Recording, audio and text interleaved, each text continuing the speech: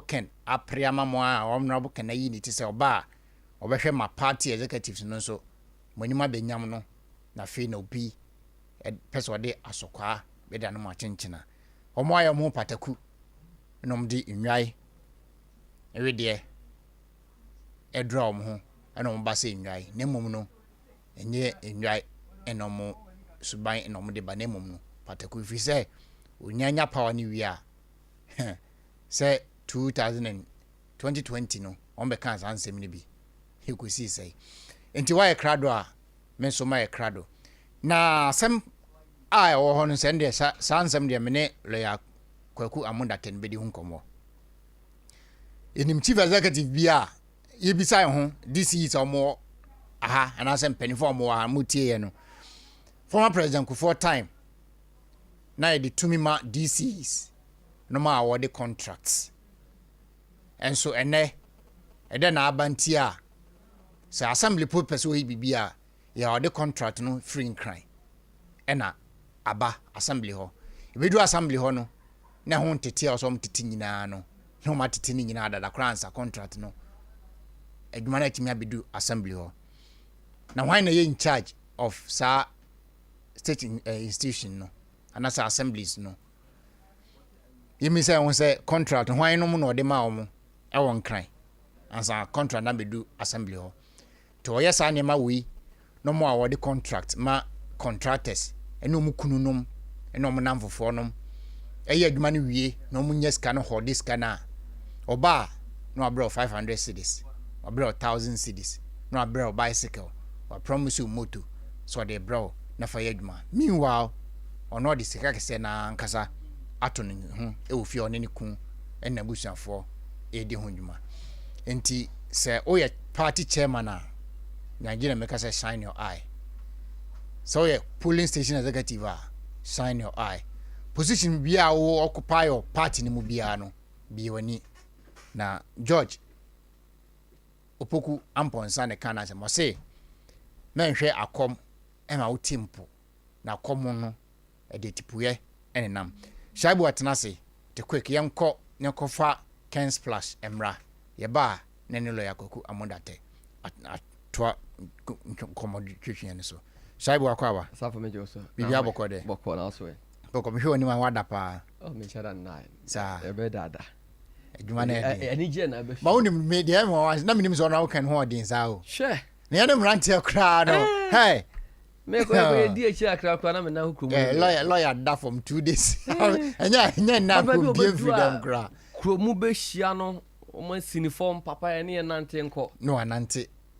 kujia kasa na debia me mpa ya mebon say MPP ane Ghana for omo fa 2 minutes share honorable Ken sem abra hoden ewo ho na ontimi deliver ema Ghana for ene station bi ne me ya interview ewo Israel Cornerback TV yeah na obisam so no bo ho oden pa na me ka chen say ono anga samra me di campaign na chi obedi campaign na chi a ono ade answer no bema native shaibu Ken Splash eden e ko ene abasafo ma yema abusuafo akwaba ema majo famra SOMPA TV ne SOMPA media platform na ene nwumere no honorable Ken ne aprobo a odo wa santemantema wo tie die polling station for ye party base omo eka no ane pese du nkomo kakre na safo ye ma ye kasa nwa no me pese ye ko ye ne delegates ni bi ehwetwe nkomo after so omo kohwe honorable documentary after so omo ko tie nsempa no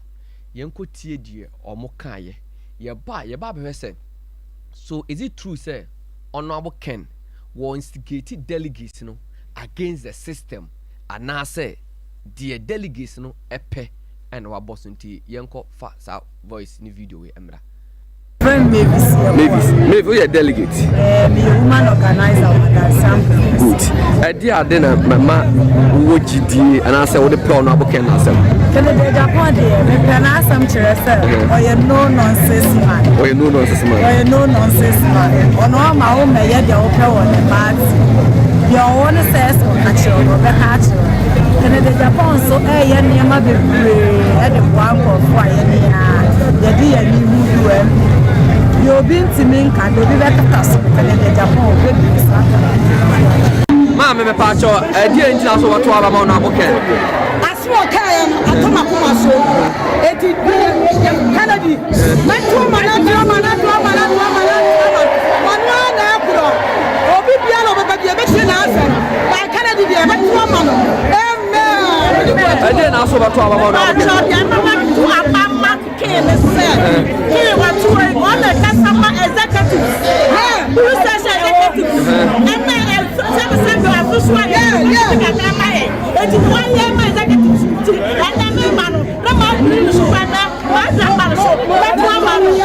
Ken kasa wie mu sana moto sa dia na dan dia na dan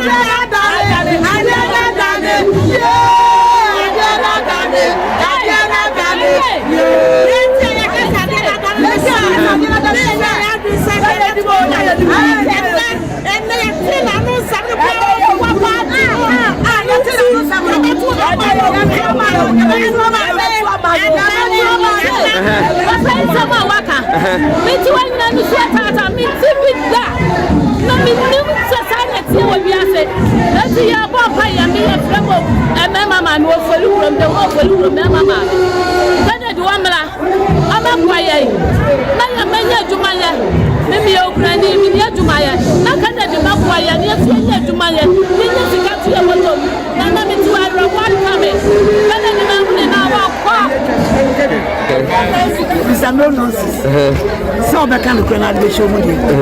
Nonsense. That's why I like this man. I don't need anything from this man. But no kurema wakano. The justice in it. I just like the man. And Papa you too. And to what to Abama no? I'm to my me chame mo mengoche. Onu gwa me dada. Me dan far from so. Ma see banana o setane car no ho. As always. I go dance for this man. You go down for this man. I will dance for you, okay? I will come to your town. I will come to your promises. You take that to your sister. I will die for you. Tina, I prefer honorable Ken. Oh, the Emma may prefer honorable. Listen, may your friend Michael appear. When I'm your first vice chairman, was my friend. Okay. Now, the Intia may prefer say honorable. But in the Aisha say, the grassroots. And the year, it is a will be our grassroots. Rabbi Executive was MP, was president here. I didn't send a man support on our can. It's me, dear. Nay, green answer, I am fair green and come with young Trapama on our can at Japan. But with the more player near our grassroots, near bread. Na edi asam na waka che delegate to go so from for message me am from police station to constituency executives there at that 4th November message say nyina ye be kabo ni aya dwenkro ni ato abana dia ma honorable Kennedy Agyapong no be next president for Ghana ti me de masam kakra meka e dia ma no many of us about Obama Kennedy Agyapong say you say do Roma Ghana na you say you know why you want to go so we be do o man so which na boa e do man no asiye e ma yeni a sabe let me crash your man but we abom ya hwe man no when you so de so ko e ma Ghana it will be and because ni you tie ni kasa ni ni ma wa ya e je so when you so de e ma man no bit we o man yi ti bi asa na ka ke delegate so mo bo so me frɛ ho the make from the say bia afa ko papa and trouble man Kennedy me ya how any abebe say o mo no which na boa ya fi ho no man how can I say oh Kennedy yeah come pray we be o wa ko wo betimi aka the only be asem ade amane ntina na we delegate bacha enti e ba se to aba ma ona boken nti dia asa na wo ka che delegates all over the country delegates all over the country asema mekajenze ebedu say here will be a wa gukodro no betimi akasama yen grassroots tinese senka no be a fanaba engeti ona boken na yantima no medi omangana so said the ya you betimi aduye ebedu eba edemas okay the Japan sem ade ama me de pra na asem nyina ya no kure kan oka no kure we pray ono no kure na da wa on san wo be ka ama obi ehu ne yam nso yiye yama ne kwa ma obedi o man so obeboa yen eti e pesa wo mra no meboa yen honorable papa now pai Kennedy now pai ne say honorable Kennedy akompreko now say Kennedy o kana now pai Kennedy wa kana kra Kennedy Japan o kana kra ya no kwafo the president kwanti ani je ne ho amra obedi so no amwa yen no an ye pe no kra kansi ye pe abo kana sam abo Kennedy LDP near Awesome Party for a number of years. Okay. Following the suits, especially the enemy. Okay. The time because no Kennedy, no vote. The address here we say Omo Mushe court no. Omo the court ababe hu na. Kennedy buy shirt na se no. Shirt Couton shirt. Sikani couton shirt. Esa ele. Ele se. Oba ya no. Wonya dati. Emi e din komo. E kasa tre ti se bien. Wodi ye nyina. Ye pe. Wodi e kasa an se. Ono odi kasa mane dada. E di se kwada so delegates no. So man to mama Canada. Go prime te beto amano. O man to mama Canada. O munko yani a woda no ye be hu de be ye. O ti dem besa mtre no. O Islam se. Canada Japan na mo to amano man. O ba wa fa coat na ba ye o. O di shirt na ba ye. O ti dem mtre no. E to anu ni pa o betima boy. I wo Ghana. E di no Canada no vote. Friend Mavis yeah, Safo. O share voices ya and as a video ahwefo ehwe ya. Eye adansia crew from ofori crew afa no not kwada so bosome frɛ ho. Na nipa ye no mudi nkomo nyina eye delegate. Minyaya ho. Sabi kamen me bob ba ko bi audio bi from Akrokare. Okay. Endra tama yiwe ye no. Okay.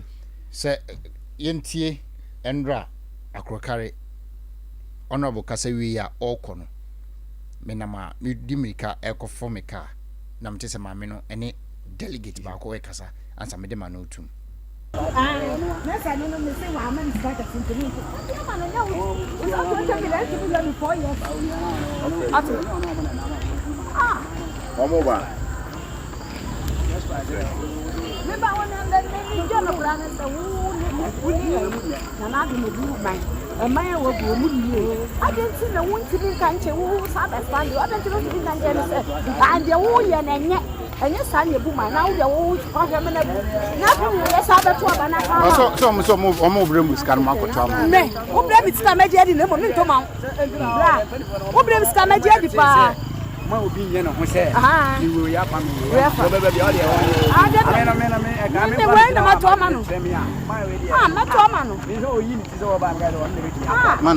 I Canada Japan. This is almost say this are multi teams egum CEOs now more time no almost aba from abeka kire mo say first no omani party for na ndi ni Jafe de omo ba no maboa party for. Hey. Obi wa no yatina kwata obi ayi na na do betina wa se de ye ne yakra se speaker mo kona ne ka se no fa kana ka dile bi. Let us go do me anwo kire kwa wa mu. Na momra this side why? Come on.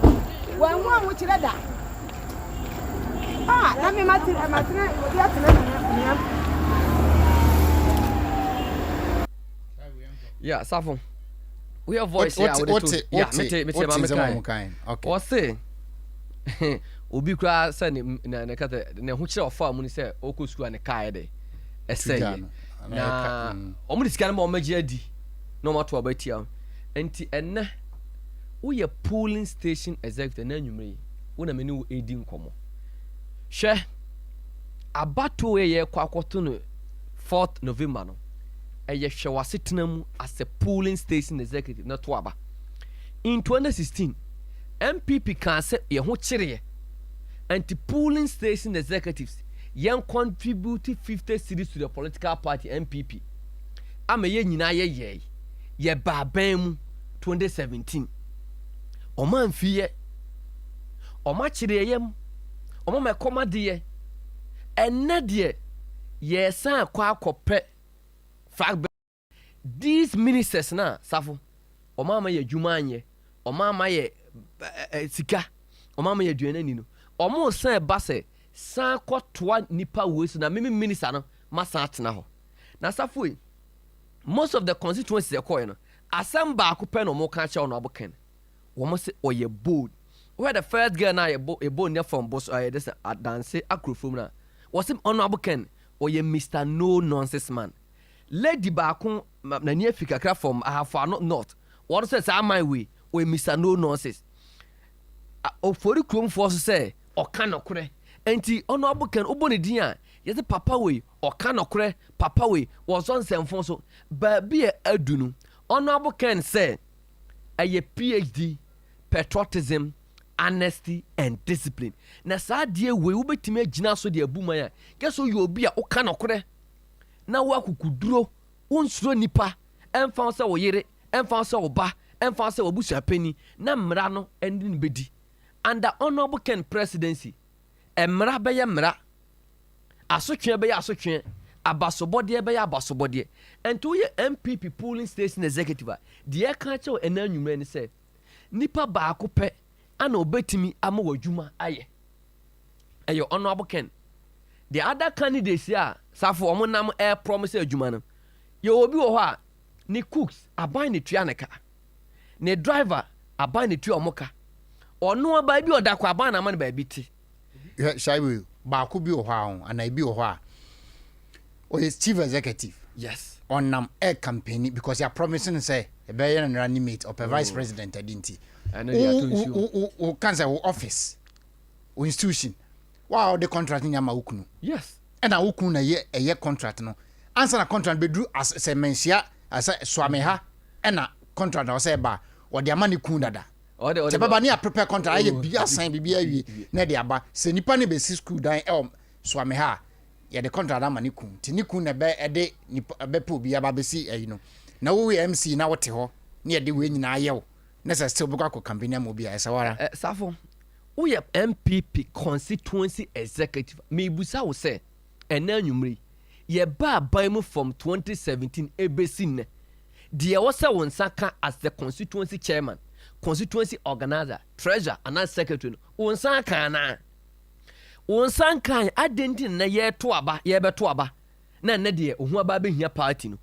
Enti ye ba be ye ne say ye be to aba ana constituency executive ho be hia. Ye be to aba and ebe hu say ye dey need ma polling station.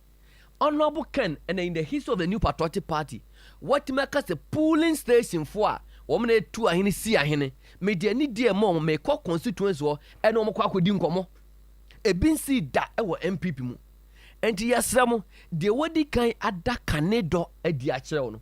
Woni nipa e wo ye polling station executive na nwumbre e also choosing over any other candidate. Na de woman say safwe. Man shall not. Honorable Ken akwa share delegates ene omo di nkomo awie aka de onim e kire omo na obi nso atie si akire ana de oye ne se o ye be mo maslock loan 1000 Ghana cedis safu enemensa ka voice bi me busa delegates amo mancha not say na Honorable Ken e ma ho a na nke enim se ye de maslock loan bi e de e bebre mo omo nam so asafo omo ye politics say ena o nipa we ne free same we ne free ha we ne free yesre MPP delegate ye pese ye break 8 yanhwe candidate ye de ni break 8 ya ebeye ye enya obia na safo ye ba be kan say ana we free ha we free safo the test case ya ye de man same for no man for fere kumawu benevolent Islamic basic school results e ba ye ne MPP enya 60 NDC enya 253. You are vice president in the two zongo. Vice president in the two zongo. The two zongo. Honorable Ken you need to kron. Honorable Ken once there be a kasa you fund the here them. Yes. Honorable Ken you or spending a whole day kuma from Anopa Kopma Numre. That was last Thursday. Yes.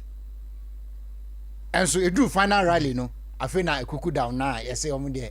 on their fanfare. The bottom line say what to now ye wa adwene say a tribal sentiment and a MY abato asafo ye ko these regions, Ashanti region, Eastern region, and MPP. The first will be at 50%. And the plus one there. You benya other say from these swing regions. That is the Central, Greater Accra, and the Western region. NDC for almost stronghold. The 5 northern regions, and for that matter, OT any voter. Yeah. And Tibabia a best swing yakomo mono. Eho and omope. And we now call parliament yard. NDC Omako is sign or parliament or Omako for be from the Central region. How about as a day? The minority leader. Because some people vote free. Ako be from the Western region. And NDC was strategically say no my place no. Now per vote to kakra with slim Edia Soswa. Chinchina say and I see him for say ya funny pass months where you are. Yeah and 12 months for myself. It is neither here nor there. With him. The test case at the moment Kumawu vice president ending the team. Omako tena Kumawu. The number of days I name said the Zongo community ake oho. Anke o say the team who adwuma omo ye ne said fine. Say the vice president badia obetima me nya vote for me e ba ya repoto 60 against 253. Meeting and make us some 3 days today. Now regional minister Timbi. On be can say yamfa vice president ama Simfo and Trabamaya. I heard the regional minister ya there. Or say or no support vice president. But no mom fast tribal winning. Say no Asante region for I can afford Catalan to obey. Son of them. I can't show him. I was a sebe bubu ni bia na o tie kurase. Wo ye bona akobona say on say me bubu ani. Ti say ba me koduni say ana esiem for so mon to aba. Eno no yemfa empavu. Enye no kre. Enti wo ye MPP polling station executive abato ye kwa akoto no. Enye esem asem, enye akan asem. Eye candidate oba wo polling station executive. Uso be di ye. Emana na yato omagu amontene a mo ba be kan kire o se ana to abama ni pasumasi ni oba no yeto opposition hu na brabo ye ba power from 2017 be seen so hu na brabo na anya bia no Land Cruiser na o de buy no o polling station that o na te sa Land Cruiser na ka ompe oba na timan ka ompe na scared kukuru dia ma omba sika ye kuku dia ma ombetomot na safoi 4 years na afende e bon so ye polling station executive ye ba ona so honorable Ken and I defend the polling station executive. To a polling station executive, can they do honorable Kennedy Canada, dear children? Yes, sir. Omu di scan ba a yawodia, Ginedy, Omaka the Din Secret Dinse, Netoko to Tiamu, and your shade. Na and now you may know. Ebia MPP delegate. We a polling station executive. And come when you ho. O person din komo. Answer na shaibo di no beba no. Production team already a momo kuma video no. Am na president kasano bibi esi kumawu final rally na Sunday na omoye production man ready am kumawu rally ni maye. I have 19 months to go. 19 months to complete the work that you gave to me in 2017. And we're going to do the work. We've done a lot of the work already. Those who have eyes to see can see that we have done the work already. There are those who don't want to see. Those I cannot help them. But those who have eyes to see, they know that we have been doing the work in this country. We will continue to do the work until we finish.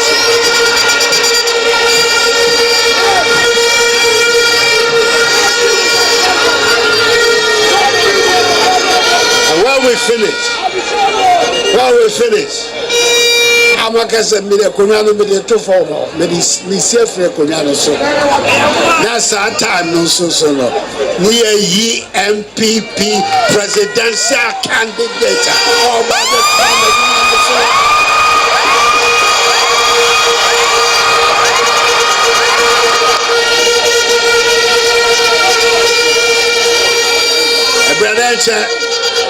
November moi na kwa koyi nipa me de fraka no be sha nsa no so di anim akwa ko di kuni mama ye amaye nyina yi mu bi anim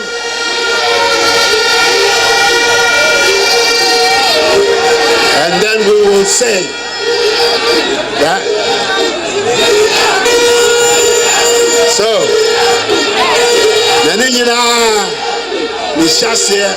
the beginning is Kumawu on Tuesday. Islamu, Bralano, Mubiana, Myanmar, Ghana, Mine, Obiantiasia, so Snoko Kokono, or that's all now. Shaibu, Safo. DSC and say, President Kasana Okase, November, party Nibuka Kuyi, Frankatuni for Fra, or no de Francano, Beshan in Sape, na Kumawu grounds ho, Omoshasi, PhD. It's not President Anthony was say, no, Saka, PhD. PhD, no can, no vote. We a signaler, grassroots for. I can see President him. Kumawu. And Safo, Adia Bakwa, a year one was Hadi we say. Mene honorable Ken equal a year be. That was Saturday. No. Na you could do ho. Or more no ma bass a dom a diabano. Honorable Ken Timini and count. Debbie. Right national or more the dom coin. Yanni and count. And Timo dom na modo mokoyeno. Almost a PhD. A dom na mo chin or modo mokoyeno. Almost a PhD. Obi match them honorable Ken team no at Basia, ye de don't cook Kumawu. But the Betimia actually ni for Basia number, I don't call it. Enti oye MPP polling says that they special constituent honorable Ken business. So I want to know call be quiet. Be quiet. So man one you can say me be quiet. Joe Wise. Waba be kan pise or for Baumia. Enti ye ko do ho no. Adina dane.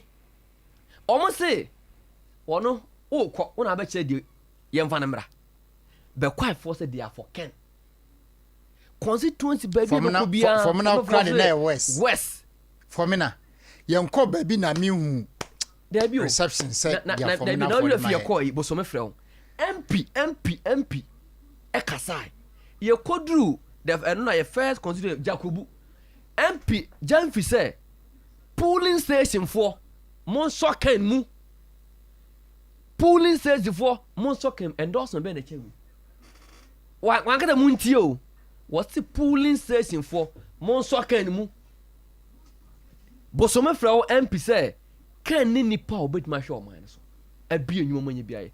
Enti no the signal way e kire say hey you might have your choice but party for no say we and your party for not decided that. As the president him. So shall we find number constituency youth organizer or your polling station executive or your constituency executive now person only ye din koma number obetimi afrene 0278 88 68 0278 88 68 68 Sa for me afre na obetimi WhatsApp so ye nua ba kon ye friend Philip so Mr. Champon over US New York Samuel Achampon in fact ye kodru Mampontene one of the polling station executive be can say or your ba kunafo na ne ma eye nan ni fiura eyi ne ne magu abontene and na wasani sika sie mfam kutua ma me dan eka ema no na ma obusa ma me say o ba na so ne ba e wo secondary school was say akwa ne wie secondary school obehwe ne nursing from level 100 come so be wie school obi obesa pa adwuma sa brochi ko ne beko na wo se yen kanche ma me ne say aniema we ya wo ye ma me eye honorable Ken ho do enti delegates no omonta honorable Ken che sa for me da ase shaba afi yenda Mr. Opon Brenya Sikapon ase Endra aduane o yed pa de ebre honorable Ken ni team now here t-shirt or print here or be quite constituency enim no honorable Ken picture ne vote Ken 2024 na wachi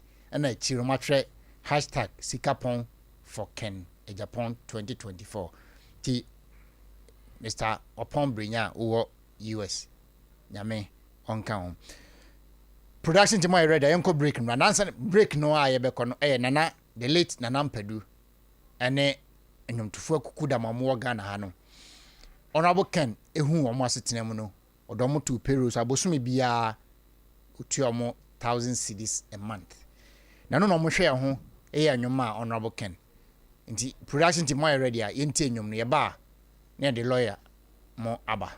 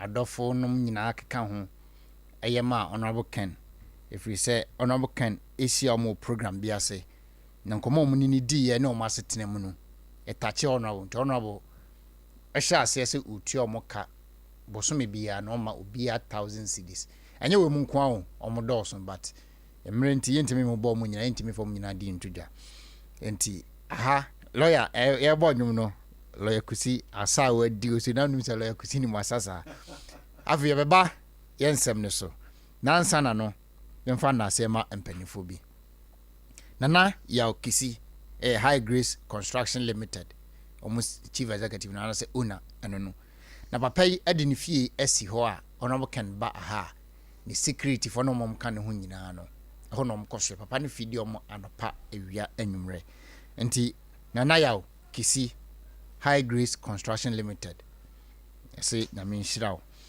afi one wo kafo madam Adwa Pretty say Adwa Pretty ne ka obi abehu no onso ma Adwa Pretty bebia obi ano na me enka ho na ye grandma ba kwa wo fie ho ye frɛ no ye fia pepra grandma ye do ase Jo Kalala security ba kwa wo fie friend Jo Kalala ono so na me nshirawo pa ye afi so Brian Boa oni krim the IGP obi a onye police officer that's your friend IGP o de dan parisu man na be also IGP bia obi ano na me nka ho me nsha se mfiri lawyer Kwaku Amode me mama kwaba lawyer kwaba ya menua lawyer kusi kwaba bibia boko de na minim so oni masasa o eza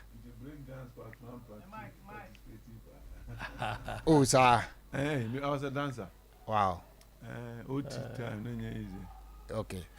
Mention sem free lawyer Kwaku Amode ho. Yes sir. Lawyer enkomo amene obedi 8 hour.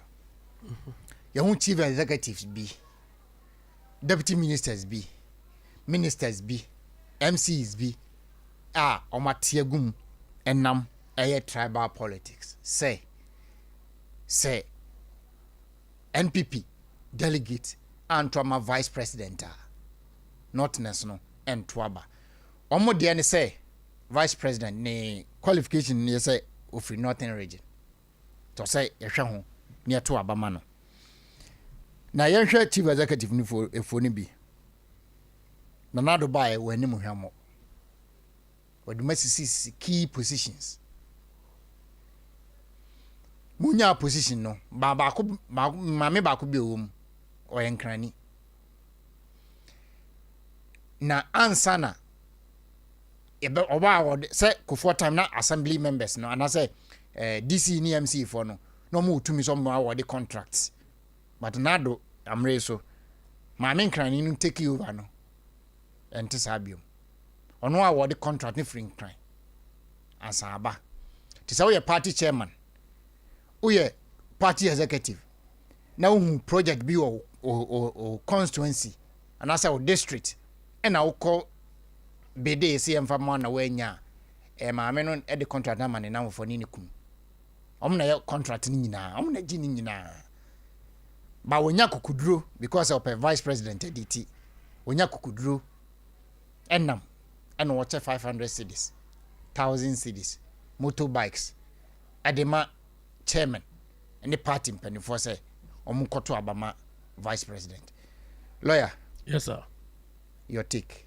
Yo edika no mame mfasa akwanya so na mefanchia ya tiefo ene ya hwefo na fe mi fa sanda nyame ase se me cold yi nyina ya chi no ene malaria achi mi nyina no o manya sa hodin we na mabetra ha se ebedwundwun ye ma ho enkanka ya bedi akompre kwa Japan na niswadi hunu ene ne do a owo mane mai ene kwa opeso fa so boa Ghana fo nyinara ema Ghana fa ne ntoma pa efra enti mi chia tiefo nyina me ma me chama ne mo fasefo ene mi fiefo nyina mo so ami ewie mi chia mo sa topic ya odi abai no topic bia delegate topic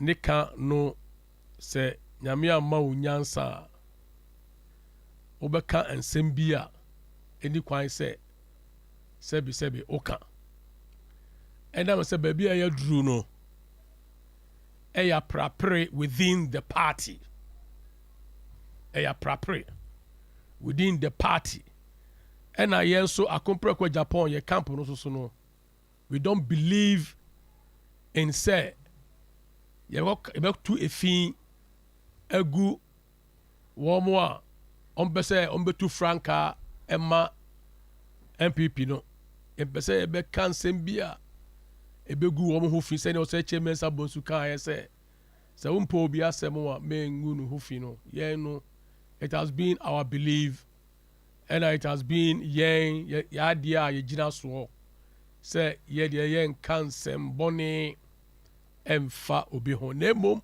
se obi kansem bia eni kwan se okadia ye be correct no yeah so obi ye bibia eni kwan se oye dia ene ye so ye mfa ba no nto ho ema bofra no onye den on say enti ye no de ye betwi ni para dwena su se de e koso no enye na edikan no se uye chief executive officer ya etwa so tiaka ne CEO ana se uye ebia governor appointee bi se bia minister ana deputy minister bi na ya shobo se ebia se me ba memo be VP vice president ana memo maintain your position ana se me lift you to the next level of o career and I'm saying you know oninam ena utu emfutro egu some party chairman bi womo tu futro gu money eda da womo odi sika eda da womo odi niema eda da womo dia yen yesi jai na de mu yen nyina ye hu for example now can be about contract the microphone on crime yeah in the eka ho no let me use one example sebia common fund administrator se utien and also obia otien no utia kobona mani say common fund administrator ye de yanka sebia offering cry and now you we all that we are saying is common fund administrator dear no you account for it jai na ye nim say already kura no stifle the economy of the local areas. For time, then for time, no. No say common fund determination is also about district or decentralization. Not district, you know, so at the mark contract, and the local contractors. Man, the local contractors, you know, so or building one more capacity. Now, womunya eduma ye net trickle down to the masons synonym for all the womunya eduma ye no. Sa effect, you know, ekoso. And the determination of the common fund is Sikano enco the district and the metropolitan area. Na ye former contract ewo ho. Na womunya eduma ye. Na the economy of the district no and sorry. And they are not. This is the sole aim, the determination of the common fund. That's who buy no. Why reverse no? You rather give the contract and everyone cry. Mommy, tie the air cannot tie the pa. We know what you're doing. Oh, the contract in the man for your cronies, your people, ever cry. Niku kahu. Enti ansana ade de beduru ahono kwa no. Na aka na Muhammad kan na ka dompe. So how do you expect the local economies to grow? Oh, and then you are giving monies. Because your promise will say, Wono, obey VP. Is this not selfish determination? Seriously, for your own personal interest. And until kill the local economy. Sika, I was saying, they come Mancroft na economy ni grow no. It's not doing that. But rather, the motorbikes, what to turn near Magugu, or they will teach Mancroft say, Babon to Abanuma way, never want to Abanuma, or the whoop. They were promising will say, Obama or VP no, and Obama or higher post no. Montua Banumano. Oh, yes, Sanwa. Are you not trying to coerce? We are forcing the people. People, yes. We are not letting them vote for who they want. And this coercion. You are forcing them.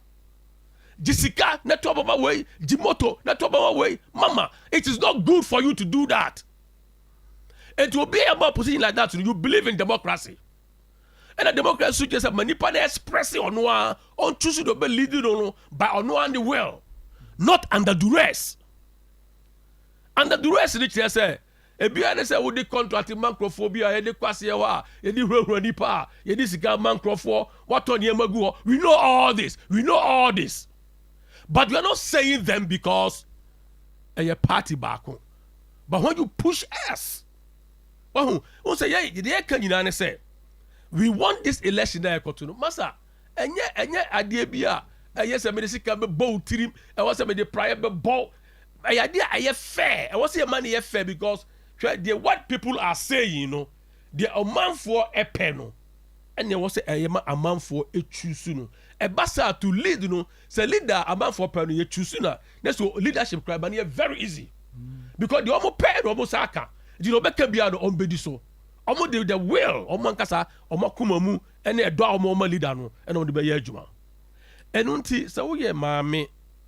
Na sebe we are administrator. Na wonyamia boa na danka kufado wa peja do na senior kron. Ye adia ebeboa party no. Na ya adia ebeboa oman no. Enye se bia sebe o de na se waje ba bia sintu no. Omo wase ho no omo num nyanso na ya da bia ka se omo sebe omo ya omo adwene kra da na wakos akọ odisika kwa ayese ne wa pa matches e da koto adwungu mu no na anane ye to aba ne wi na ora fi omo. For all these years, 7 good years, and the one who say MCs, DCs, omu hiamwa, one who ana, na dia ben na ba, such a jamasia, atumpai anei, a dia ben na ba, all of a sudden, a compare kwa Japan si obe running the race. Masa onye boni, or mo kwanya, or qualify, me amitiye. Some person run the race, bet me run it. Lawyer Kusi, person run the race, obeti me run it. Garages magazine, no mulida, obaso run ya, obeti me run it. Obi oto adie wojom, oto tomato, oto jene, oto bomoni, obaso run ya. Obeti me run it. Be anywhere say no kwine. If and only if say, or qualify as the Constitution says. Obeti me run it. A compreko bemu no. Ama dynamics no. A change it. Who am a bit of Gidi Ajo? As if only one be or say who am a Gidi Jo. Who am a binumu Gidi Ajo? And they think that the Ghanaian is all about money. The Ghanaian is not all about money. Ghanaian is all about development. All per a Juma ye. Mufasika got all my dream, Mufasika got all my dream. A chum. And the mammy dear Woyano. That's ECG, the first way CEOs. Nubia, ya promise muno dia moya no munyai. Deputy ministers dia moya no munyai. Ministers dia moya no munyai. Mo gang it up. Move from constituency to constituency. Na move to futuro. Mami Move down crofo. Mami Korea okwa na onya na woken kazantwie. Se obi na wa o se mo aboa party, me tweska ma party. Nenti yete party na party needs can yes bwana nkofo osongo music de boa. You see, I know say na me tia. Me say 3 days today. 3 days to don't be share communicators or Ashanti region has say. Regional minister Hobi. And a mami ya kan. Na deputy minister for can local government. Yes. Ono so kan ho bi. Also for ya e kan say national cathedral no aba asemu. Ono so kan ho bi. Ono podi omo 200,000 cities. Ochomo 20,000. That's 200 million. Yes. Was it obi oba no obi de chair no also the chair communicators no. Now then 7 years ago one fan check communicators. And the first time we actually the Say also for now national cathedral no once and semi or can be. You see say sometimes no be when I'm cast from the beginning say it will be wha Yeah, because you know meeting him. You don't want to go there, but because your corner your analysis inspired by that. Some people will like come and come back. Some of the chiefs will run away and leave. But stand behind. A bedroom baby no, a bedroom baby will be anti me stop you. The best set records in the street. You see, so we will set the record straight at the right time. But the issue is the almost MBOA party. I mean, they have you see development in freedom. I would say MPP, you know, development in freedom. Oh, the freedom no is the freedom of expression.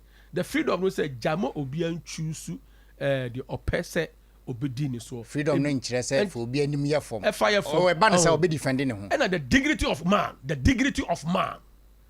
And so say a nipa no also respecting no. Now say woni mu a na oti ho no obi aba. Say jimoto, jimo, jigare, jimatches. Na koto aba ma obi a me kwakudate me peno koto aba ma no na wo nipa no kura wo dignity e wo hin in the first place nipa no wan fa buo amapa ambawo as a human being because you have the power of choice. You as a human being, the power is in your hands to choose. Now person will choose no enunti. Oh, yeah, CEO. Oh, come up and down. Oh, do pay. Oh, do niema. One more nipano day 1, year 1, year 2, year 3, year 4, year kwasamba, year 5, year 6, year 7, no more year beto abano.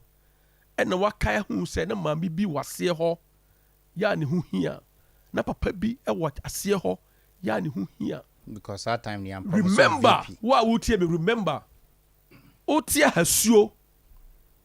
When you hancho.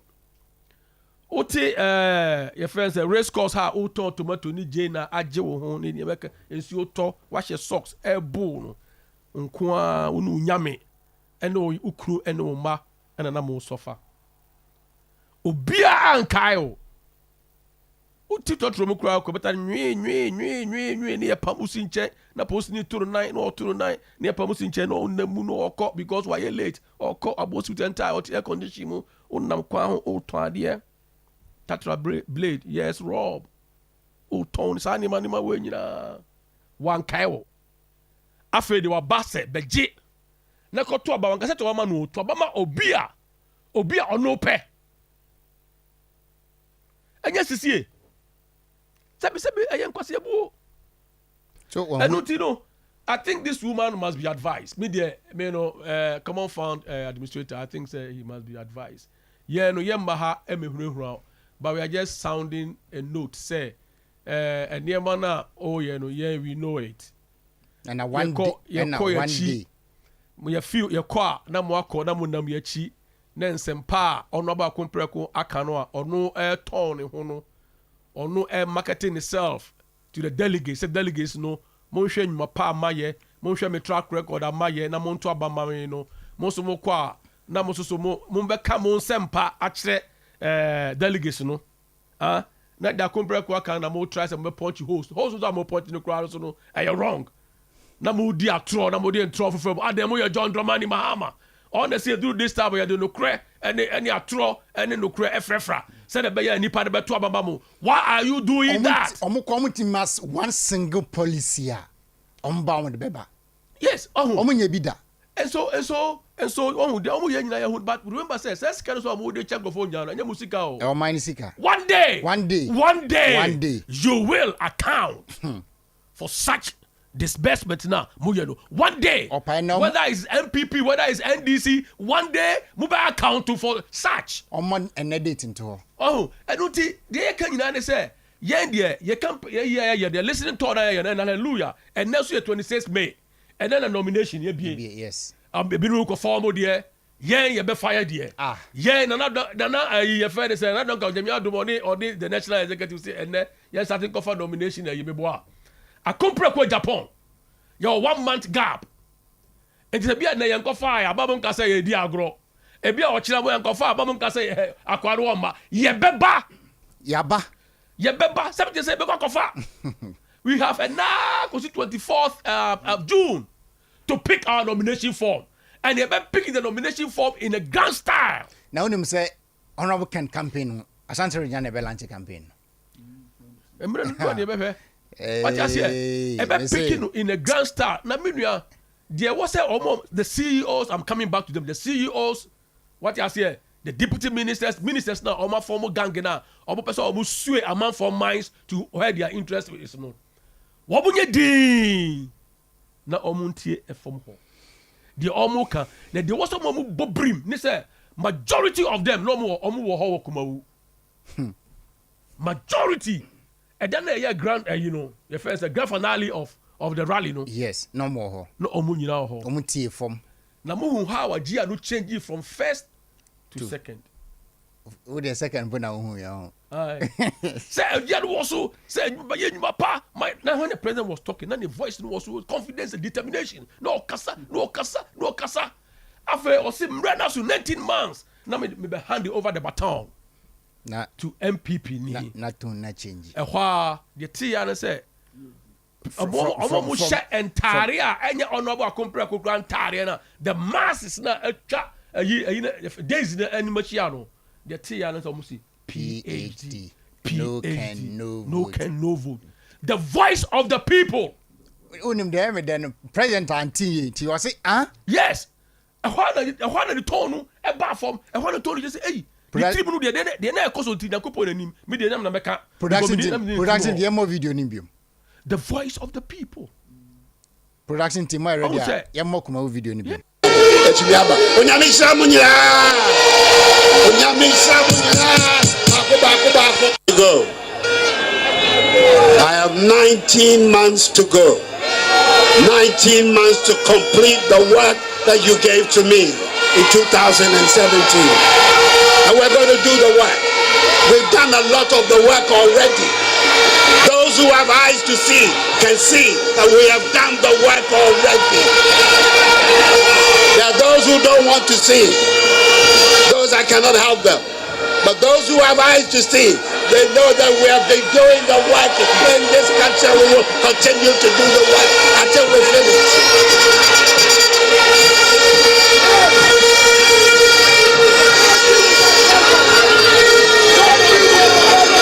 And when we finish, I'm not going to say, me to form, me safe so. That's our time, no so. We are MPP presidential candidate. All by the time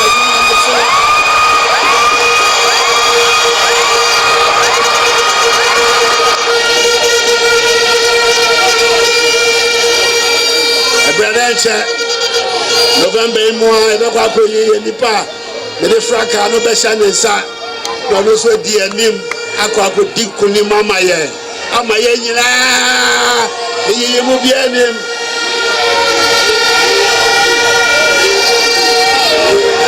and then we will say that so nani nyina lawyer yes so te PhD no PhD okay say wo hwa and obi a na share nipa no say wo monka PhD David unse na kasa na spirit no wo soro pa o de kasa afa o tie say wo monka say PhD no pe no e do ba logia o ti so e yam share no sa etu brutu unso ka ho bi e don't ti menua enti the CEOs, the administrators, the deputy ministers, the ministers no na omo ye no omo nwini ho mi no say enipa ye nhye no na omo fa omo ni ento form na omo ntie nia amanfo eka power didi omu trimu the amanfo eka say wo hwe omo nkomu hu ye omo atekro omo nte ye o de omo beti say let me tell you where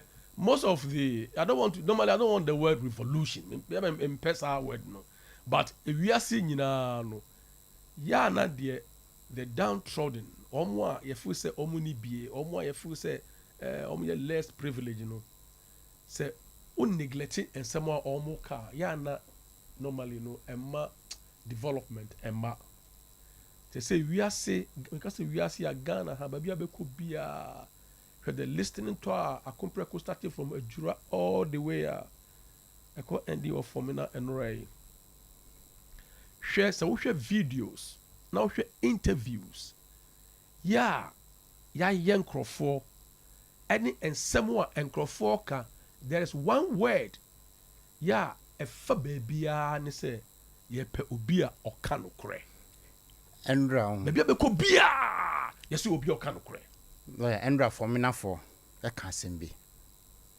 ɔmo say honorable Ken sɛ nyɛ wo a ka in 2020 NPP enya majority ɛwɔ parliament ti skana utua ema NPP nya majority ɛwɔ parliament no for ebetua oka yes nyame aduma November 4th yes. with votes Enti wonim sɛ mmerɛ bi na otumfo kasa ɔse asante kae yeah asante ɛkae sɛ woyɛ adeɛ ma obiara na nipa bebrebe ɛbɛkae okay adawas enti finally no nea moyɛ no yɛn nyinaa yɛ busua baako ɛna akonnwa no atɔ ɛna yɛ pepere enti mo a mo nam a motwitwa akomprɛko anantin no monyae na ɛmoa yɛn ɛmoa party no ɛmoa Ghana man na mmom yɛnyae na campaign a yɛyɛ no yɛnyɛ ne pɛpɛɛpɛ waano na ɛyɛ a na obɛdi nkonim biara no yɛn nyinaa yɛaka bom fɛfɛɛfɛ sɛ busua baako na yɛne NDC foɔ ɛde akɔbɔ ani na sɛ wotie tam bia sɛ wotie sɛ ɔno abɛka sɛ moto aba ne ma me ne sɛ meme wini a I will beat John Dramani Mahama hands down ɛyɛ ahwɛ dede ɛyɛ ahwɛ nigyeɛ ɛba party foɔ no mu because party foɔ no all they want is to break the 8 na to break the 8 is wɔsɛ wode nipa a wɔn pɛ wɔn wɔ ɛdɔma no na wɔn atumi ato ɔba no ma no nipa ne ho akɔnɔma Ghana foɔ nyinaa o NDC foɔ so bi ɛbɛto aba ma no CP foɔ no bi ɛbɛto aba no ma no floating voters ɛbɛto aba no ma no eti biribi a ɛkɔ so bi akyerɛ sɛ the wind of change no ɛbɔ ɛna ɛbɔ so a ɛkari akomprako you can see the flag of akomprako everywhere the PhD everywhere na dɔyɛ everywhere what you see the dɔɔma party no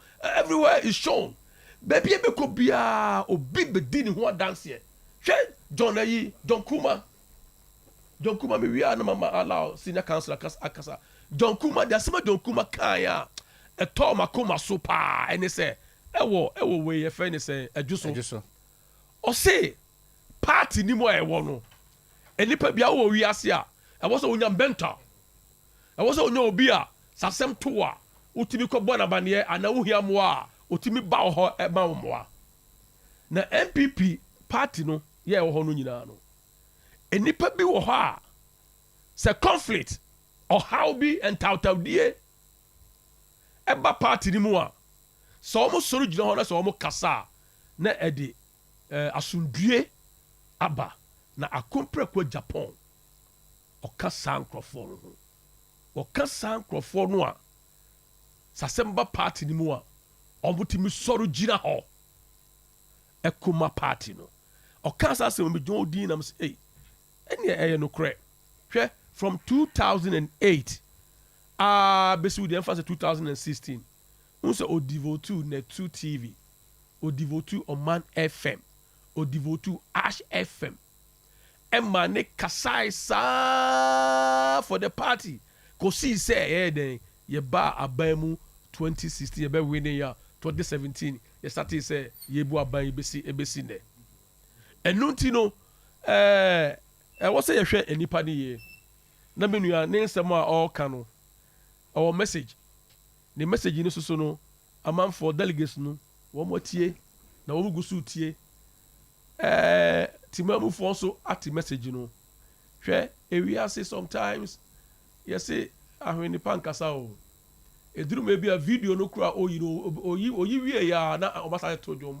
adeɛ na dane onya nkasa ayɛ kura video no kɛkɛ wɔse by their fruits you shall know them akomprɛko ni fruits no ɛyɛ so juicy sɛ Ghana 4% ɔmbɛti bie na ɔmudi bie medase lawyer Kwaku Amodate medase SOMPA 93.1 FM Kumase SOMPA 98.9 FM Sunyane SOMPA 90.7 Nkranza SOMPA TV so share at the same time SOMPA TV YouTube SOMPA 93.1 FM Facebook and a Strong Voice Network Facebook okwa no wa like page no wa share so that be share program be a be notification yen ka messages kakra na emra lawyer kusi ho Andrews who adwa say no Ken no vote. Sandra Kodia will say no Ken no vote. Lawyer Amo, you look good. Lawyer Sandra say you look good. Sandra Kodia or share from Facebook or say you look good. Eliaza ya or can say or say it's either Ken or no other. My vote is for Ken. Okay, that's it. Now ya Kwesi I say no amount of money that will be shared will change our mind from voting for Honorable Ken. Greetings to you, Safo. May that say. Afi so another message. I say Philip Kweku. I say Ken is our last GA left. Please let's wise up. Okay, what text from France. Prince Boache was watching you from Wasa East constituency. I'm an ambassador for Ken. That's a prayer. Boache be want say I have the song. It's really vibing in Wasa East. I have spread. Okay, that's also I share. And na boy no nampedu monyum no wa share Felix Opon say no Ken no vote NPP delegate yeah that's it Nana Opon or say you are number 1 yeah that's it August Boahin or say Ken we know or say Ken we know Ken we trust yeah that's it Felix quick my account message okay ko Facebook Strong Voice Network Facebook Strong Voice Network neja message or back in time lawyer William Kwesi Kusi sorry na lawyer asema mbisa unya lawyer no asema na masa bisa se yase se amfa vice president ama notness no and toba we there your videos your audios chief executives be deputy ministers be ba kokra there o asantemem ha ya obe share communicators no ono so e donate 20,000 and I say every month biano obema omo 20,000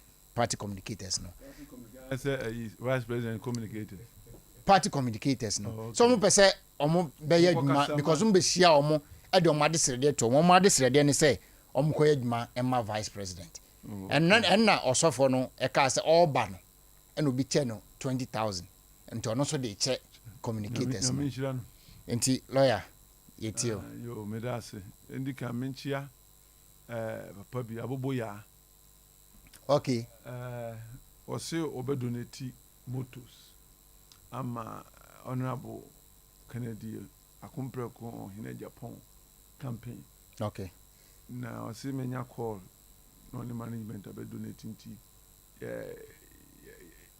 ye bejienti ni adase ebi nsamra biom sa but there are many other people hine bi free case came to my office na asem so pese obedom Ken campaign to no contractor bi obo nipa be 16 prominent people was say opese oba na me de ne call me de call because they are ready to support Ken and you don't need to be told the euphoria and the support is there yeah and it is because of nyuma wo ye nipa su a enim so ye enu ntina nipa epu ebedi na chi no me mpese me blemu deputy ministers ni CEOs ni ministers na omu project ni say omu ye campaign mapa because they are protecting their positions as normal human beings they want to protect their position but woma omu ba manim ebe kasa chire omu ba mi say ya anye bia edien na dia mo say on yentuma no wa yama party no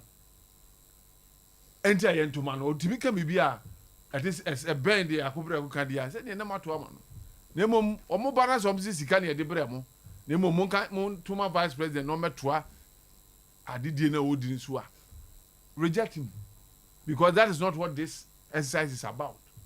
It's about one ebetime lead MPP am break 8 no.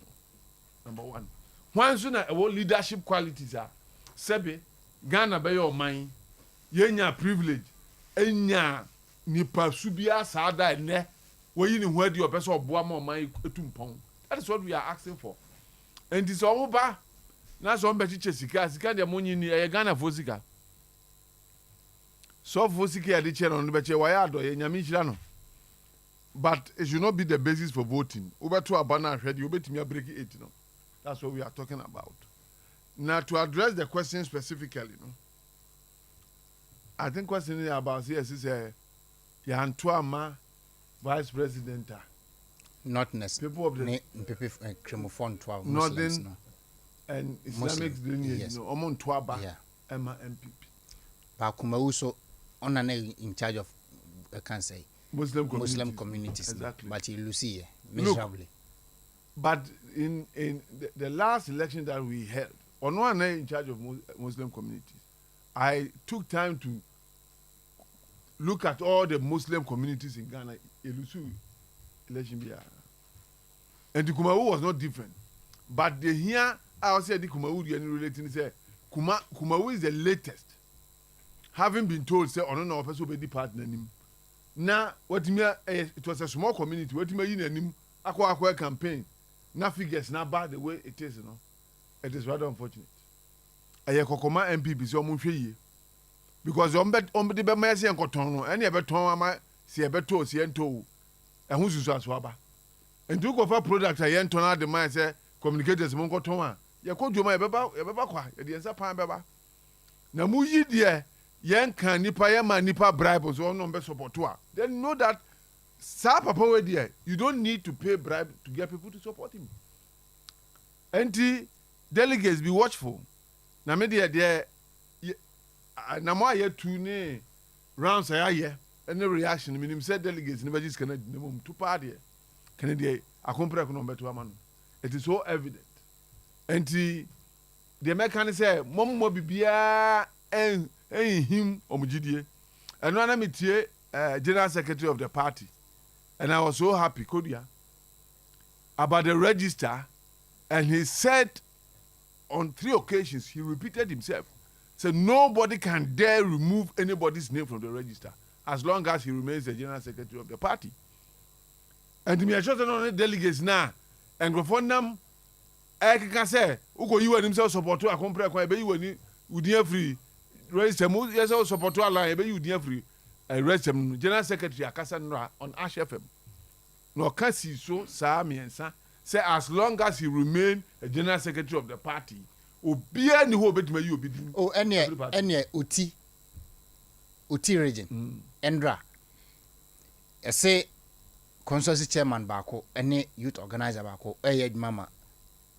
Honorable Alan Kojote Martin. And regional minister, I instruct say and suspend you. Yes, Uti region. Say general secretary in Tia and the Ebona money. And the Ebona money, Uti region. Yes. I know he was asked a question about that. Okay, and he said, in terms of disciplinary, the constitution is quite clear who will discipline who. But the barrier, you have a right to come up. And the microphone say I suspend you. They should take it up to the national. Because say you suspended the NSA minister. MPC I think you suspend you. One entry, say your wife are called Oti region minister Nankasa or support vice president. How can you suspend someone? No be support Alan there also we in free. Now see near side they will be anti-me will be this how could do. Ah, so one person says no cost to they should stop immediately. And the air can say tribal politics will not win vote for us. In fact, Ghana for Pobi on betimi or minus a quan pass where ye dear any ahonto so any ajuma any akukudro any afahoma and a year penny a year boom and yes sir will be free northern regional. Last week na me can said northern factor there. See the bomb Islamic factor now. The vice president will have to suffer. Because number one, already, even before we could say we could pick the nomination, there were northern candidate from NDC. Yeah, to Obama no. The opposition party are near contested seats of parliament. Are very close. Look at the numbers. One moment you sue northern candidates. And no major MPP, most of them go to Subi. And it's a most of them northern candidate. I won't choose you. But not northern candidate votes. You know, you're and over to you, MPP delegates. Most of them go to a northern candidate. No, ne, your mama coached northern votes now. I said, I'm about South. I best say South from tomorrow now. This is a big no. Because already there's a northern candidate. And Ghana doesn't need another northern candidate to contest this election. We need another person from another part of Ghana so that the election be representative enough. Ni ato aba. Say nothing for nothing candidate. Jomama unity. Ombeto amano. Na say ye to aba mo bi o competent there. Akompere competency there. You can say you can yen sorry o. Because this is a man who has demonstrated beyond doubt that he's competent. And then democracy in our kind of world is about wealth creation. Yeah, about this part of the world that they can say governance. It's about wealth creation, nothing more, nothing else. It's not too much of human rights. It's about our ability to create wealth, infrastructures. These are the things that we need for now. American democracy is 500 years. Now, this is something. So we are not comparing ourselves to America when it comes to rice and other things. We are looking for leadership that can develop this country like they did with America. And we are citizens now. Because they have provided that foundation. That is what we are calling on Ken to do for this country. Ome create wealth, ome create employment. Neni panya adwuma nya, ya so ba homi ahwe, ya so obi ahwe. Who say job creation there is all about Kennedy. Because in his private capacity already, or 8,000 people as one person quantum chrome. Near the Omani in our resources at the end of the year. And the next before be a crack of a kitchen to graduate. And that is what we want. Ye nam kroma a bit torn politician back near the Adina. Say in your factories no more. I'm not sure they will go to the street to sell those things. And I can send you for me now. Or say, ba or bano, or ba for Ghana and ma any mebuno. Na baby ufri sebi or se bantama. Na utumi fire for my duanidi. Ubi gobe rebi or ton go banko for ababe to be omedin asieno na okofana wadi. Na se nyame na dom ama baby wadu utumi employ over nipa 7,000.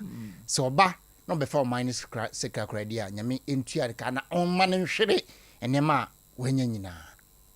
Na ba oba no oba no abedidi na nyame na owu a Ghana for afa hwemusen atuka aba asendompem aba yi se papa na obetsa Ghana no obeyeso ma ni asem wo kan ofo na endra obeya ma abroso de Kennedy ayi a chen kakre obeya ma abroso na look me ne obi kasa no me mate bi owo central region ana obi aba asa na me se munya sa asem ne ka obi aba asa any their language Kennedy was in a Kennedy na me se Kennedy Sebi he has been in politics for how long from 1990 a Tea Party no come. He has declined to be a minister because he doesn't want it, because he has too much influence in the party. Set up a ministry appointment. But he felt that he could function very well as a non-minister. Yet, and now the evidence is clear. He secured resources for the party whilst he worked as a non-minister. But why minister? Minister. Grassroots minister. Grassroots in India, ministry appointment, he owns it. Or minister for the grassroots. He owns it. So, and what now, maybe opposition take it, our party, no, and Abua party, no, Abua Ghana for funny pa, why here, Juba Bebre, why here, look at these stars. I told you, Mama Kennedy, let me be sound way. When you're on top, you have to make provision for the future. Yeah. So, these people were hot in Ghana. Yeah.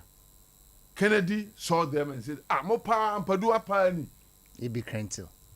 And I was on some, was Ebi Krentil and this for a cancer anthem was a necron, a composing. Oh, na Kennedy, one of the values of one. Uko Parliament, yes, say this new MPP new. Wow. And now, Sebi Ghana. Minkazo being Kanokure. But Nukura woman say, ya quite anywhere different diplomacy, a contemporary different diplomacy. So, and we want somebody who is not here to do diplomacy, but to tell the truth as it is. So that at least for the 8 years that he will govern this country, so certain things will be put right. Not the idea of Chebano, that's me faso. You hear Obiama Chakwana me faso. From independence to now, you sir. And to me, that be a misread delegate, yes, Sremo, Mamma Wem Paris. Now, me took Ronka Crabia, Michel, say, Kennedy be wini saa ba we de matie de mahu ahemfo ba judges say ba be say Nkrofoti say who Kennedy they particularly call you to encourage you last me namna obiti motorbike so me die ka ko bona den a who say Kennedy ayi poster bo me ka achi nti obe heli me no na je ka afofro ko bono na ni why so excited say Kennedy photo do obo obi ka to o tiatem Endra if you be quiet echo akrokere na ye nam na ko for sasu gu kwan ho ewevi nam kita honorable Ken t-shirt o me ka mo na me to ye na guy back so ye na ho ankofo team ni minimum of form no sa lawyer you do oboase workers a mumpon adwuma MTN office omo nyina free office ho including client o maba ho nyina no e be gina ho a omo hwe honorable Ken convoy eko no kore ye show videos no ha no kore e kro bay ene betwam ho omo hu so honorable Ken eba na omo mpu mehe endra officer ni you do oboase ni enim venue no ma me hu say honorable Ken sticker etai kan o say mo ko bia honorable Ken bay program na say also munko street ajibe bia sorry be quiet tie sa ensem na omokeka say ya nto a Muslims into my no it is a very dangerous argument and a party for you because look this is politics baby a who votes won ho na ye adwuma ko na Nkrofo consistently ye can say Omar reject MPP ye can say Omar reject absolutely but anytime there is election at least hono MDC perform not just say hono em favorite what see ye nyai ye strong o ni enko homo ni enko pe aba ni efam bifu up what we have is it possible it is dangerous very dangerous for instance aba ye 2 year etwa mu ka asanteman am sore waka nka semsi ka benesi kurum ha eju ko to aba bia ase ye nya asanteman free ho ni enko ba bia voter region ni enko pebos na aba na ha say how you go to contain it? And it's very dangerous especially the season na you go break it no we have to consolidate what we have before we think of going out there to look for votes the one regions at Tuma areas of Tuma no you consolidating answer and say ya tiensa say ye ko akope bi wo ba bi aka ho na consolidate ba bi awa uti because say high me weak point the home am start it never happens and so how can you say we should rather go to the zongos when other people vote for us no the entia sane ma no anya Kennedy so a zongo boy omuwe sala ya 2 weeks ago Muslims penifo e ba ne office e be bo mpaye man me say me kase ese o zongo boy ankasa na ye bobo edin ni bi kirewa e na sala time na o ye chem no come is a special Madina zongo bia no ade aduane e mo ne call ho a o man praise honorable Ken say ya to the din yes a friend Sheikh Osman enti Sheikh Osman ba no be sere vote abaka say onye ayinti on free no of to abama no but am Sheikh the Sheikh status in Islam is a big one and the revered imam chief imam so the imam no so be akwa Shaributu don't they Sheikh such a wonderful personality what do I say look at how he has created stability in the Islamic communities ono ne hu Kennedy no say oh yeah juma eboa zongo community so I'll support you adoye na me the make can say abani akoto mo me lose focus o it's not about what somebody can do for the nation it's what we have done for the party first near to we are nation let us not look focus party way montuma mo hunipa wo ba wo timi aboa mo na su no kofom see ato abawie ni awini na MPP party full soldiers isu that's what we are talking about now full soldier am opportunity say choose leader we say yes Jesus we could choose be free baby na the oboa me ne de yaman ntwen it doesn't happen that way and there is confidence say by all means asembesi na ebesi na tie and say honorable Kennedy Agyapong fa na me say be November no atitim because you starting and say they say masubu they say my body Kennedy a chairman about TV so every day people come to me they want to speak to Kennedy. Every day. Like where they say every day. Oh they kakra we kra na usun. Na yan so and they are big men oh. Like andra na wa akrokare. And no man kwa akrokare ni bi. You drew akrokare training college ho. Na student ya so nyumu. BB besi oh akrokare andra. Wow. Ah. Besi. Me say. Me say. It's lawyer. Sivo mami. Until the air can say, Sir Zongo argument, and then not it doesn't wash. Because unfortunately for the vice president, the moment it becomes Islamic argument, you know, he becomes an disadvantaged person because the Christian community is far bigger than the Islamic community. Yeah, that's and so if the Christian community also decide to vote for a Christian, he knows the consequences of it. There are more delegates who are Christians than more delegates who are Muslims. Yes, and the north. In the north. Yes, yes. And you know, you're careful. On my country, yes, sir. So you be our partner. On consider on say okay, me ba ayi, me ma digitization here juma. No can such a delegation. Now we say obeto amana. Okay. That's it.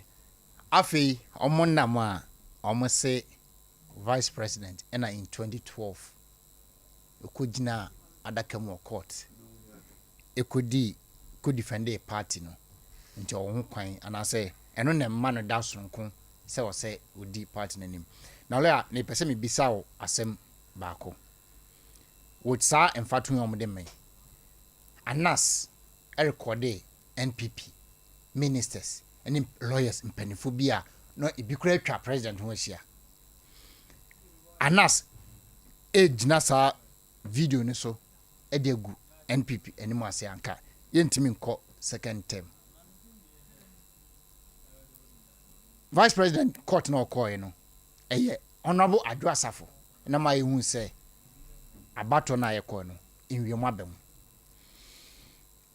lead counsel I was spending 6 months me wa ewo court eye Philip Addison ono a ogina na nina so 6 months court across examine other can say witnesses ni nyina including vice president no wanya post bia vice president ejina adakam 12 days reward no with the vice president's position Philip Addison messenger po wanya bi make back to honorable Kennedy no so with Anas case no oh what so what you say the vice president ekojina adakam ka say you and I were not there no eze nti ye to abama no and you lucy case who my evidence a lucy case na me kra na me kone ye ka de mayama part me moso because the kind of evidence he gave no that's why we lost because as a party we believe strongly say we had a case to win MPP court no mkura all the evidence all your analysis and who say case we don't go win and this year lose here there we have to start asking ourselves what was the cause. Judges na near and I said the Delegate you also near dancing to purpose. And as a lawyer no and one year cross examination. This is a simple question. And yes, he might have done well. So you can't so uncle dear that's the one money. But it should not be a basis why he should be elected as the flag bearer because it is not credit to go to court and lose. It is no credit.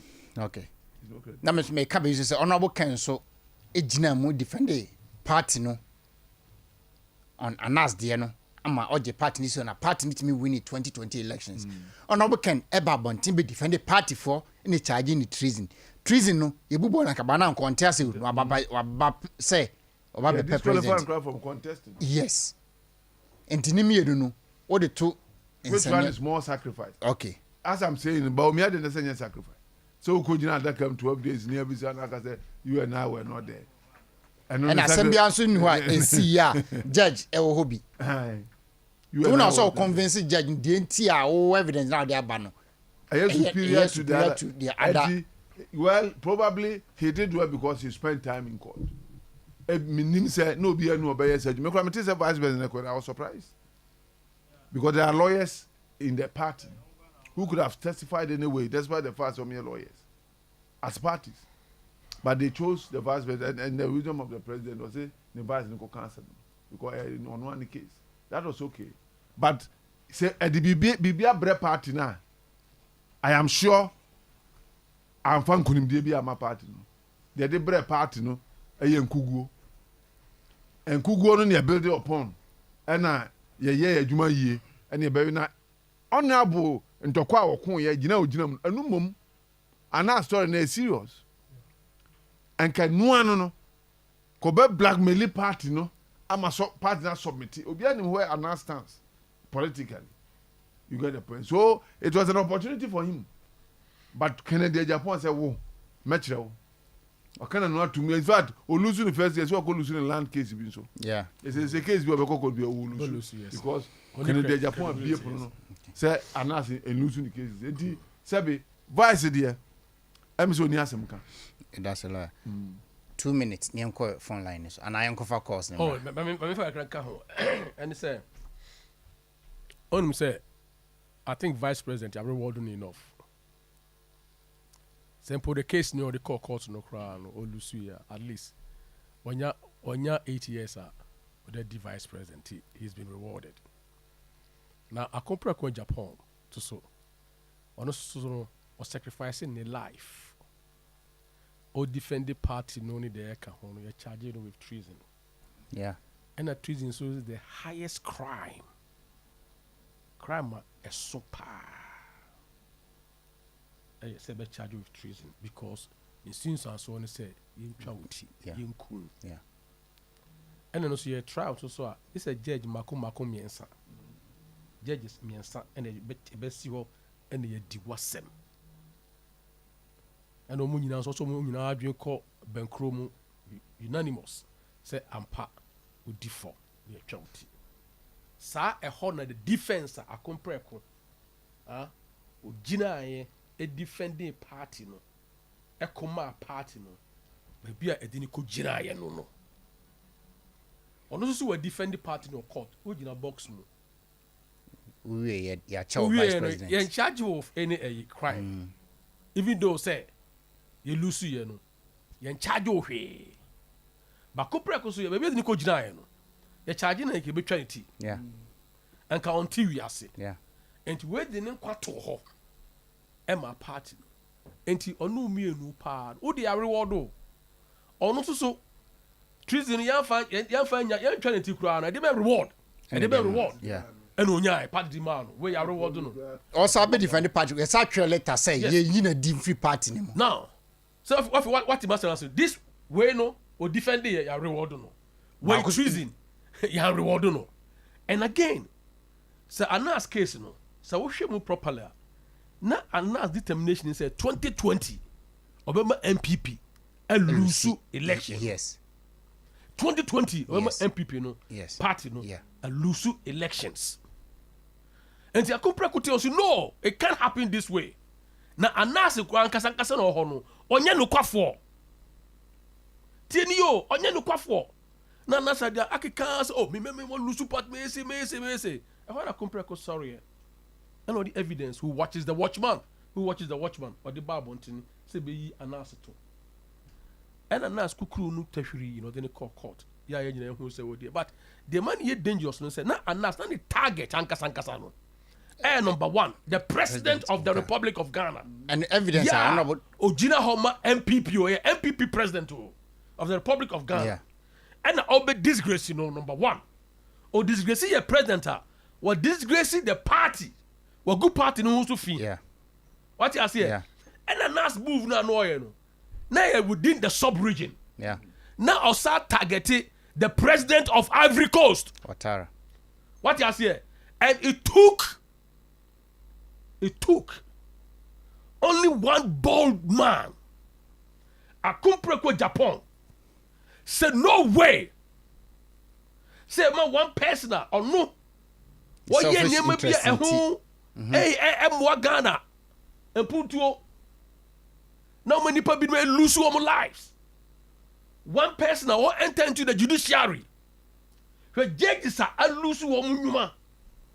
Ya the modus of operandi e call fast ye ne nyuma so no obi hurumu wo ho na or the form obi wo ho na dey a confirm to baby wo ho na dey ponche abo baby yes judge no ye yi na di amba binum wu quest e binum wu oh no obora immigration na obora parliament and I compare with the evidence by and kaye ne be who say this is somebody or person or bringing the entire governance, the legislation. On the kuna no was she. They are no yeno. Or bringing the country down. Because a bedroom baby no, Kobeka's Obiana no be a beda. Obia so na say president of Ghana. It took only one person. Oh, where that's because I must sacrifice. But in United, me see the keyword no. Honorable yes, I sacrifice we no. Party mpanimfoɔ ɛtwerɛ letter ɛfrɛ John Boadu sɛ ɔmo sign no munyi every party ni mu. Oh, say me I'm building the case and I say where or court treason ni nyina ko obi kura mutan say na ɛka say na oboy. Or call yeah anas and arimi ya case yeah. Ɔmo dey call court you call boy nyina it about almost 30 years ben almost 6 years or 5 years ago. 5 years. Anas case here by yeah o. Obi kura mutan say a casena, oh boy. Oh, nobody asked. 2018. Sacrifice. And so when we are talking about sacrifice, sure, Doctor, you are the buy or say, you say, be a high party executive, Professor Atefa Casey, Akupreku stood up. I'm not for break aside. And when we are talking about sacrifice, it is not a matter of standing in the box and you and I wasn't there, which is indeed, it's a hearsay. It's a hearsay. But I say, and he's been rewarded enough. And you people be compete you are. Yes, people be compete you are. Mama competition in your fair, and because competition brings out the best. Even in business, when there's competition, best and they come out of it. Yeah. And they allow people to compete and compete fairly. Now you share who will carry the baton, who will win the race. And say, for example, before I end, yes, someone now say, oh, what? Do you know what the strategy they are bringing? Who said the parent got 2 super delegates on 1,000? And the Oma dream when they say, ya no man ya bet 90%. And to me the 90% now it who ato the 208,000 delegates now akano. Yeah, the grassroots no form about 94%. Now, so far a deeper 1,000 of your super delegates, munti any ye. Now so we divided by the 208,000 now. Only percentage 0.5%. Yeah. 0.48% to be precise. A new 1% to be precise. And to the by 0.5%. And now every decide for the remaining over 99%, it's impossible. All that we want. All that we want. Yes. Yeah. All that we want. They say Yemra and Dipa 5 no that bracket no Yemram near Bambu we are. And the people say the voice of the masses no will determine who will rule. And when we are talking about sacrifice, we think say Akompre Japan was sacrificing enough. Now we are saying be biedwa obe sacrifice and you dan yo and you sika o and your own kwan. Odo life etowa and your friend is sacrifice. And then the ultimate sacrifice are Christ. Obe you are charging no treason or the name quat to her. Until or say I will live for you. So live for your brother too. There I say. Young call phone lines now 0551 931 931 0548 931 931. Young kind messages kakra now answer your messages no your phone calls no. Kofi Same or say Safo you are doing great job. Yeah, that's good. Or say Safo I like your shirt. Oh, also for me that's it. Rashford Kofi Kwabo appear. I say watching you from Bremen. Okay, Bremen bedroom. Okay, yeah that's it. Wisdom Gordon also watching you from Italy, Casapula, Cassette Province. Okay, also no Ken, no vote. Andres Uwado also Ghana. Also Ghana needs a truthful and strong president who is so disciplined and patriotic that his appointees cannot take him for a ride, and all our problems will be solved. That's it. I say Mr. Andrews Uado, I say Mr. Asafo, please, I want to talk to you about vital information. Thank you. Okay, but we are not afraid. My number better until we are now afraid. John Ebenezer, I'll say Ken must lead. Simply no long talk be that's it. Okay, until young call 0551 931 931 0548 931 931. Young call line 1. Honorable Ken Nye.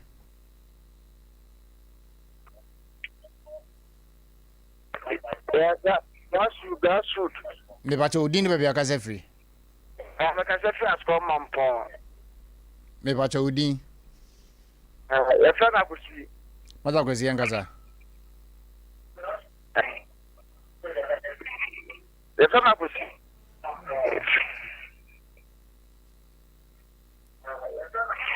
Okay. Honorable Ken Nye. Hello. Hello. Honorable Ken Nye. Grassroots media. Bacha udin baby akase free. But your friend was because I free meduma. Mata usi yankasa. Epacho and you may work as Mama Atoma Kuma Super. I say, Honorable Ken Ebama youth any Emma. If you say, hey, you Chinayaban, you say you need that short mentality in the game because you say you're Hunyama, Honorable Ken, yes, free a chili about the assembly. You would deserve, we say, a delegate to Abanama, no contest in my MPP. Now, you see you today, oh, hope when the Muntia Cotumano, no, really. Said the or mine be couldn't move from no one say party more man. The empire born say a delegate in the honorable Ken River. Yeah, that's it. Honorable Ken Nye. Grassroots. Bacha udin baby akase free. Me did the food and because of fair here. That's a fan was do a farm. Yes. Me NDC means to say, I'm yarding now, honorable Ken Ban. Let's go to a man. Until we say na, yeah, that's it. Yo. Udin baby akase free. Hello. Hello. Honorable Ken Nye. Patrol. This is free. And so for. Bacha udin. Now, me patrol some Obaya. Obaya yankasa.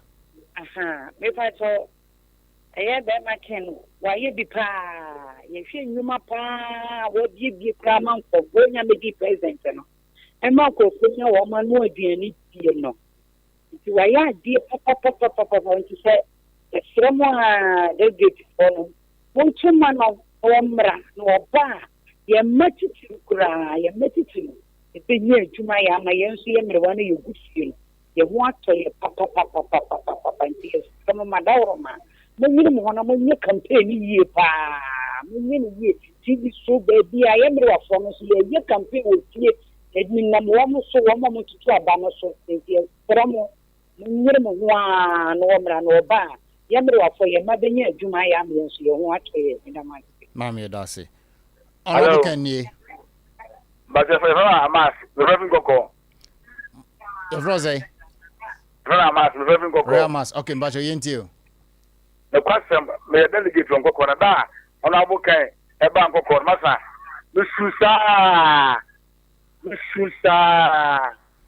My father was 1991. Last time we come here, we didn't know what I was value of fairness. The Susan, who can be Susan? I don't know what is the matter. And I mean, sir, I have a Jenna, and you who you're born by a that's it. Yeah, that's it. Honorable Ken Nye. Grassroots rainy. Bacha udin never be akase free. A friend of them from Casafi Group. Obempo yankasa. Oh, dear, yes, sir, delegate. And you deal near Brazil. Woman, tea near what from not only for honorable Pima. May Opa Current a seven Majuma Mayor say a cough from Governor said, you may not be a crime, Chiam. Say a cough from one, you take. Let's stress one of your friends that they're so delegate. The poem to be blooming tears, friendly and quiet. No, and for honorable King, Emra. So when you say, don't break 18 DR. Or for Papa, this are the idea, no break 2000, you think you're to about. But upon so best and the DR. Yes, very good for any team, any prepare. Yeah, that's it. 0551 931 931 0548 931 931 frɛ na yɛni nkɔmmɔ honorable Kennedy grassroots men but you didn't never be a free the same cover for me kasa fi shi ba mother kwa na kuna do yankasa me ba ke ya na efo mo mo ha na efo on say we are o kan kwa obi am wa sha even though obi show ka o kan kwa obi ta pon ta wa sha you know kwa working na obi am ta ko no ba nyana ba nyana ma na pe yo ta ba boy because o kan kwa so no ni ya se pa ma na ma de a because me wa ma pa da me men ta ba because my answer that I'm not meant to enjoy Ghana. That's all. Honorable Kennedy. Last week, but you didn't never be a casa free. The patron did the Koku accident, Casa Free Sunani at 28. But I could yen casa. You, I am a program with my camel watch, papa, Menamo Casemina, the free I see for you, and I'm okay. I made a poor the two mother on our king. Na minimum the honorable king ayama asin fotu sentafo menu ka say honorable ana metuna maba man bibi the honorable amwa wode afo honorable free crime ba menewa enketesia mlantie ko bunifie adoya wa yama asin for 2022 2020 honorable ka sanka okama obi fofura ko minimum ahen fofo a mo cha da funa honorable e wa asin fotu fie pi e ka to honorable one car, why not? About Kamayan. A Jumadia, Yamayan, Yenno. I'm a flown up with Pani Chow, and fear no man was there. Mention my own from my family, my Casadi, Ametako, and 2020. Honorable Taco, Pian impression. It is honorable Madia. The new of Betty Sana. Amayan, honorable on one echo. Let us see. Bye bye. Young for last caller, name for phone segment, Nancy. Honorable Kennedy. Grassroots very but you didn't never be a casa free. A friend of father actually the casa free be quiet. Father and honorable can be tea or be quiet. Then your name no crane what they inquire say as a bruni. Be a delegate or be quiet. They can't ready so. Say the queen in an Tom, I don't know when you're back up. You may father I'm Kennedy because my leg is you anymore.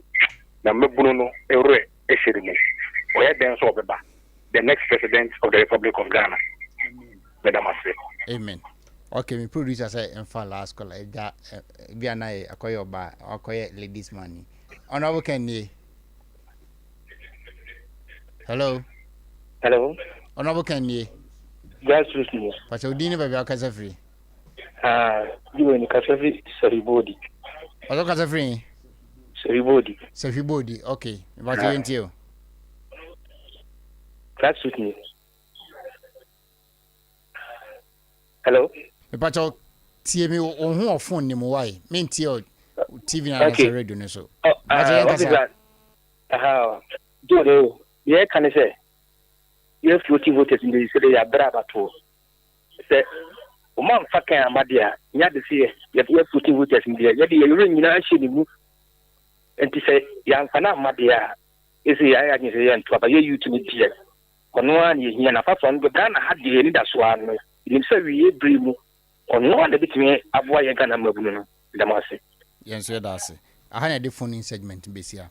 Na your message be or say the intimidation from some regional chairman is too much.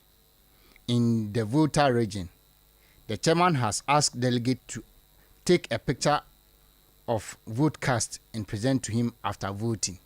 Now they were there, better possible. The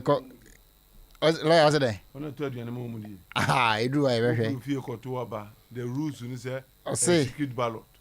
What trap photo your offense your child will be prison. I say another one. Another one. I'll say on Sunday, while the whole party machinery was campaigning for the candidate for the by-election, the executive committee of the Volta region was locked up in a meeting to suspend party officials perceived to be against Dr. Mahmoud Baumia. First casualty is the chairman for Akachi and his youth organizer. When a man enye utiri votary we nana make say regional minister ne chairman na boma omo di sa dwuma say omo ye mama. But Omianwe says if this is being done for him, then he can't be a good leader. He should win genuinely. Otherwise, he can't be a good leader. I like the word genuinely. I like it, pa. I like it.